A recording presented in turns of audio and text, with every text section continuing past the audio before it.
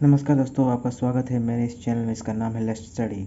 आज हम लोग पढ़ेंगे इक्विवेलेंट फ्रैक्शन और कोप्राइम के बारे में। तो इक्विवेलेंट फ्रैक्शन क्या होते हैं? Equivalent fractions are the fractions that have different numerators and denominators but are equal to the same value. Equivalent fraction मतलब होता है जिसका न्यूमिनेटर और डिनोमिनेटर अलग अलग हो, लेकिन उनका वैल्यू जो है वो वैल्यू क्या रहेगा? सेम रहेगा।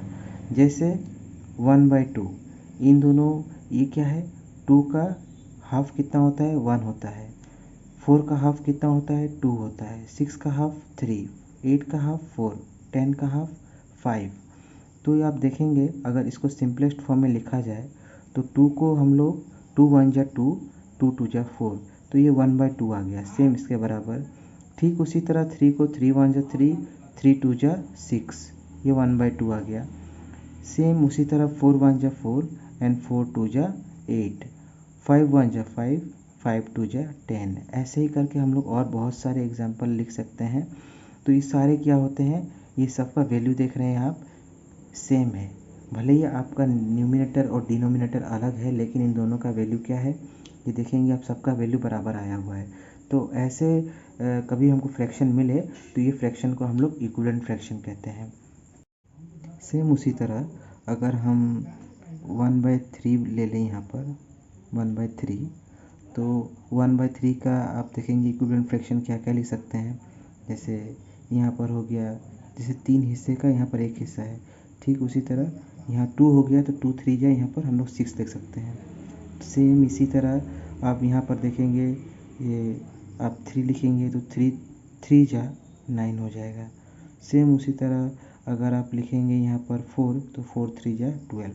तो आप देखेंगे सिंपलेस्ट फॉर्म अगर इसका आप निकालें, तो सिंपलेस्ट फॉर्म अगर निकालते हैं तो ये 2 1 जा 2, 2 3 जा 6। तो आप सब देखेंगे 1/3, मतलब सब सेम वैल्यू आ रहा है।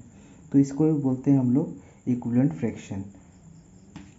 सारा वैल्यू 1/3, देखिए 1/3 यहाँ पर भी आएगा, यहाँ भी 1/3 आएगा। आप 3 से काटेंगे तो इसको 1/3 आएगा, यहाँ पर भी 1/3 आएगा। तो अब ये सभी क्या होते हैं? ये सब हम इन सब को इक्विवेलेंट फ्रैक्शन कहते हैं। तो ऐसे भी 1/2 1/3 1/4 ऐसे बहुत सारे नंबर्स हैं जो हम ऐसे निकाल सकते हैं इक्विवेलेंट फ्रैक्शन। तो आप, मुझे लगता है आपको समझ में आ गया इक्विवेलेंट फ्रैक्शन क्या है। कोप्राइम नंबर अगर रेशनल नंबर के टर्म में हम लोग देखते हैं तो उसको ऐसे हम लोग जान सकते हैं कि अगर p/q एक फ्रैक्शन है तो वहाँ पर अगर p की जगह में 0 नहीं होना चाहिए और q की जगह में 0 नहीं आना चाहिए। और ये दोनों जो नंबर है, इन दोनों के बीच में सिर्फ एक ही कॉमन फैक्टर होगा, वो होगा 1। जैसे कि आप एग्जांपल देखेंगे तो समझ में आएगा। 2/3, 2 का फैक्टर क्या है?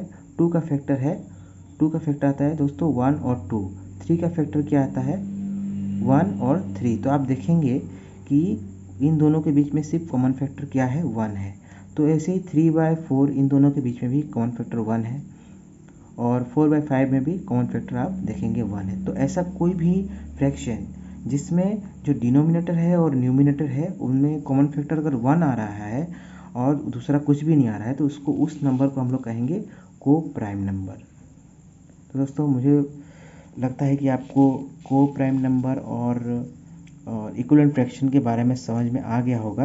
अगर आपका कोई भी कन्फ्यूजन रह गया हो तो इस वीडियो को दोबारा देखें, और इस वीडियो में और भी कुछ अगर अपग्रेड करना हो या आपको लगता है कि नहीं और कुछ चीज़ में ऐड करना चाहिए था, तो ज़रूर कमेंट बॉक्स में कमेंट करें। और दोस्तों, इस वीडियो को लाइक और सब्सक्राइब करना ना भूलें। Thank you.